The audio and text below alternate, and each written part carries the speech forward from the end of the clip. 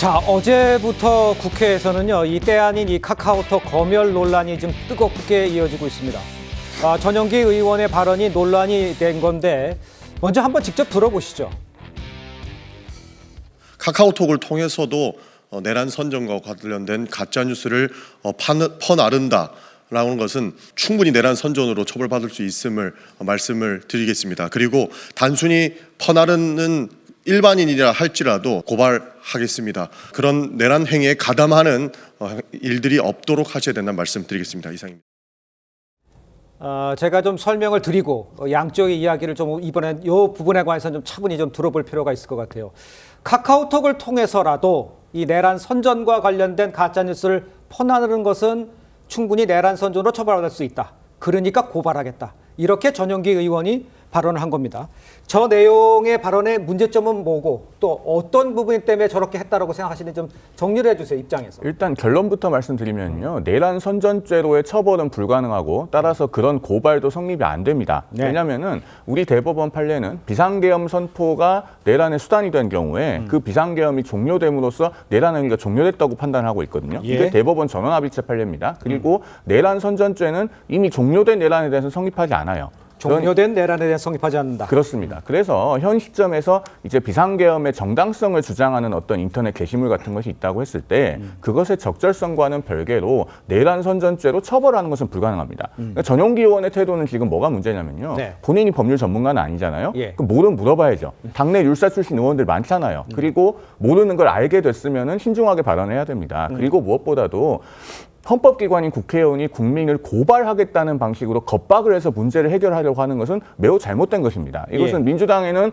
그런 겁박 정치가 굉장히 유행하고 있고 하나의 풍조가 되었기 때문에 심각성을 못 느끼는지는 모르겠지만 지금 전용기 의원이 젊은 국회의원이고 뭐 나름 미래가 길다고 할 수 있지 않겠습니까? 네. 지금부터 저런 겁박 정치를 체화하면은 미래가 길지 않을 것이다. 그런 말씀을 꼭 드리고 싶습니다. 겁박이라는 얘기 있었고, 그런 저기 성치훈 부의장께 먼저 질문 드릴게요. 전용기 의원의 주장하는 건 뭐예요?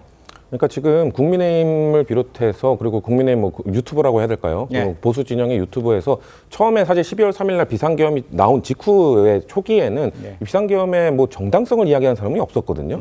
근데 이 분위기가 조금 지나니까 이제는 슬슬 비상계엄은 할 수밖에 없었다. 민주당 탓이다. 민주당이 뭐 마치 이런 거죠. 맞은 사람도 잘못 있는 건 아니냐. 폭행을 유발한 것 아니냐. 이런 식의 논리를 펼치면서 비상계엄이 정당하다는 이야기를 슬금슬금 하고 있습니다. 근데 이것들을 유튜버들이 아주 이제 유튜버들은 슬금슬금이 아니라 대놓고 이거는 민주당이 잘못했기 때문에 대통령이 권한 행사를 한 것이다. 통치 행위를 한 것이다라는 주장을 지금 펼치고 있거든요. 예. 이런 것에 대해서는 국민들이 이거는 혼돈을 줄 수 있다. 국민들에게. 왜냐하면 국민들에게 이거 비상계엄은 잘못된 것이고 이거에 대해서는 뭐 내란죄 적용 여부에 대해서는 뭐 이 형사 재판을 받아봐야 되겠지만 예. 비상계엄만큼은 잘못된 것이라는 거에 대해서는 국민들 혼란을 줘서는 안 되는데 그런 것들이 잘못된 정보를 지금 계속 퍼뜨리고 그걸 퍼나르고 하는 행위들은 민주당 입장에서는 이거는 그 내란이 유지되고 있는 것이나 다름없다. 그렇기 때문에 이거에 대해서는 막아야 된다라는 말씀을 드리고 있는 것이고 다만 저는 법적인 부분 이게 내란 선전죄에 해당하지 않는다 이런 것들은 글쎄요 저도 법조인이 아니기 때문에 전용기 의원이 좀 더 그런 것은 세밀하게 체크했어야 되지 않나라는 생각은 있습니다만 지금 보수 진영에서 계속해서 나오고 있는 비상계엄의 이 정당성을 설파하는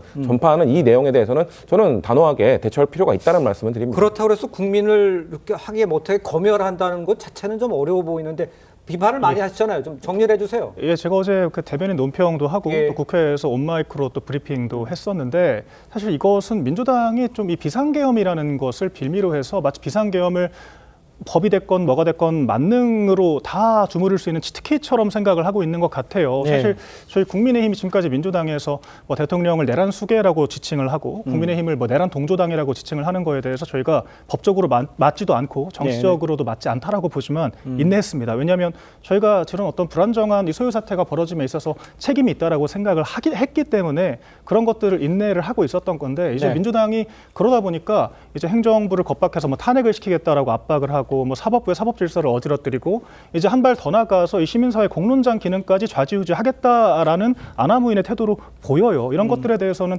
여야의 정쟁을 벗어나서 이 시민사회 표현의 자유 자체를 억압하는 것이기 때문에 당연히 이제 여당 입장에서는 문제 제기를 할 수밖에 없는 것이고요.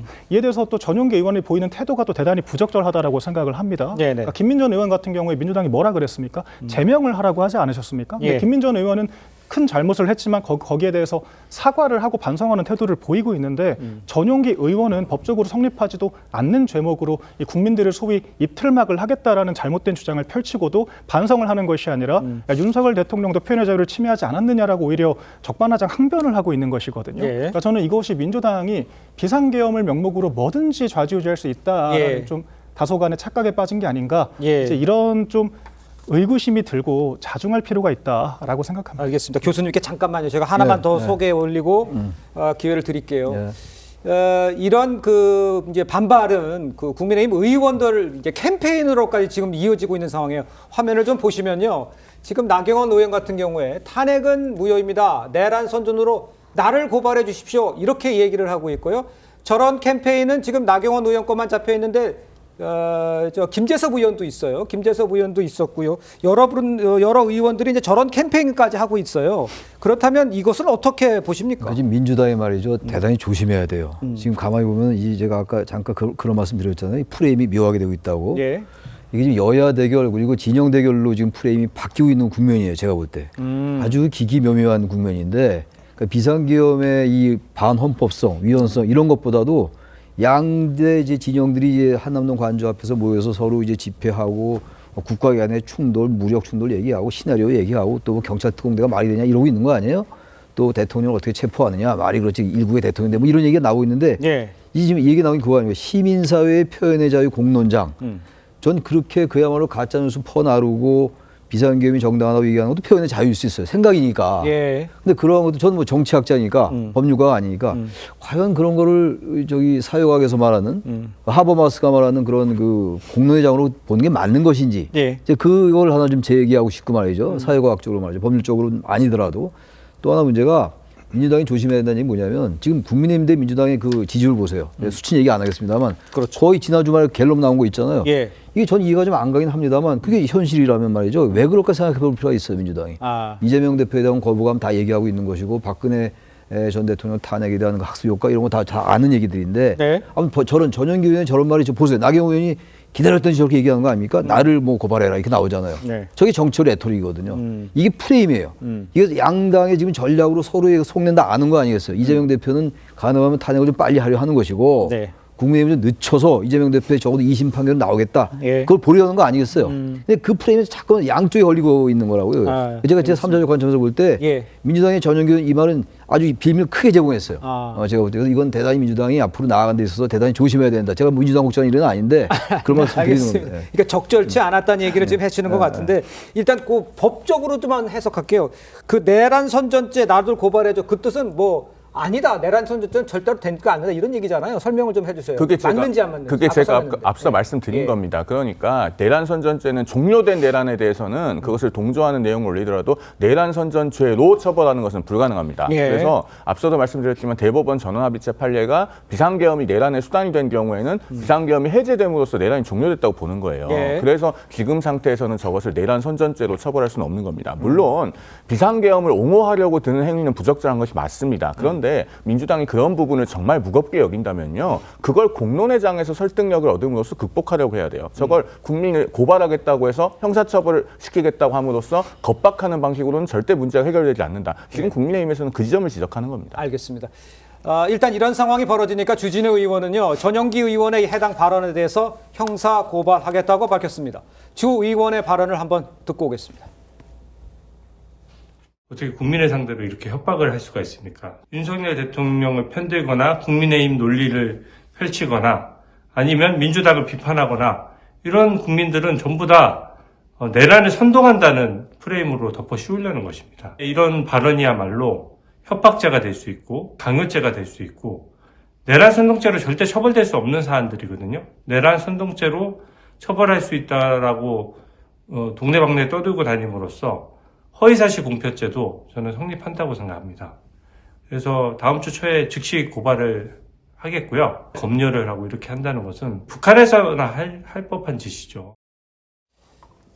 이뿐만 아니라 윤 대통령 측에서도 입장을 냈습니다. 민주당의 일반인을 내란 선전죄로 고발하는 것은 표현의 자유 침해라면서 카톡 검열이 헌정 질서를 문란케 하는 이 내란이다 이렇게 주장을 했어요.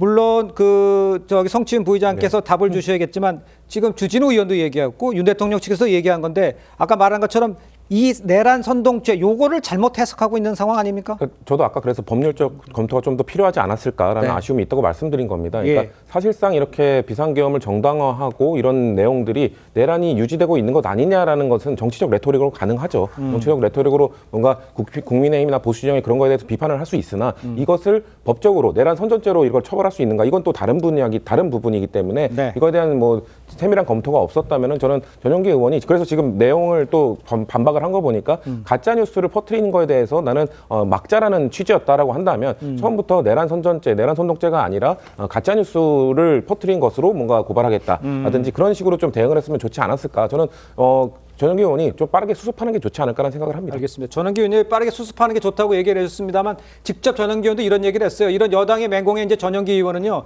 카톡 검열이라는 이 얼토당토 않는 말을 집어치우라면서 내란 선전 가짜뉴스 퍼나르는 거 아까 지금 성치윤 부의장도 얘기했습니다. 퍼나르면 안 된다 이런 취지였다고 반박을 했어요. 전 의원이 입장을 바꾼 것은 어떻게 입장을 바꿨다고 봐야 될지 모르겠습니다만 저 입장을 어떻게 해석하세요? 사실 전용기 의원이 좀 횡설수설하는 경향이 있는 것 같습니다. 예. 지금도 얼토당토하는 말이라고 했으면서 또 결론에서는 그럼에도 불구하고 가짜뉴스에 대한 강력한 통제가 필요하다라고 또 동어 반복을 하고 있거든요. 그러니까 예. 이런 것들이 좀 자기모순적인 메시지를 반복하고 있다라고 보이고요. 지금 예. 전용기 의원의 표현이 굉장히 거칠다고 생각을 합니다. 그러니까 폭력적인 선전이고 불법적인 정보를 악의적으로 유통한다. 이런 표현을 사용하고 있는데 합법 정보와 불법 정보를 누가 판가름할 수 있는 겁니까? 사실 예. 표현의 자유의 침해라는 것은 여기서부터 시작하는 문제라고 저는 생각을 합니다. 네. 결과적으로 이런 것들을 민주당이 자의적으로 불법과 합법을 나누고 가짜와 진짜를 나눠서 고발해서 처벌을 받게 만들겠다라는 것은 단순히 규제의 의미를 넘어서 자기 검열을 강화시키는 거거든요. 그렇다면 국민들이 이것이 분명하게 내란 관련된 선전으로 문제가 될 수 있는지 없는지에 대해서 자기 검열을 하게 되고 네. 또 카톡이란 게 또 어떤 또 메신저입니까? 개개인들이 사인 간의 그런 소통을 하는 공간인데 사인끼리 감시를 하게 만들겠다는 거 아니겠습니까? 민주당의 어떤 파출소에 신고를 하면 검수해서 고발을 하겠다라고 하는 것이기 때문에 이런 것이 이 민주당의 이 민주화 사회에서의 이 공론장 기능 자체를 위축시키기 때문에 단순히 처벌을 하는 것을 넘어서 표현의 자유라는 그 정치적인 가치 자체를 무너뜨리고 있다라고 지적을 드리는 거고요. 또 주진우 의원이 이제 고발까지 하겠다라고 말씀하신 배경에는 또 이런 것도 있습니다. 그 민주당이 지금 발의한 내란 특검을 보면 예. 제2조 제7호에 이런 내용이 있습니다.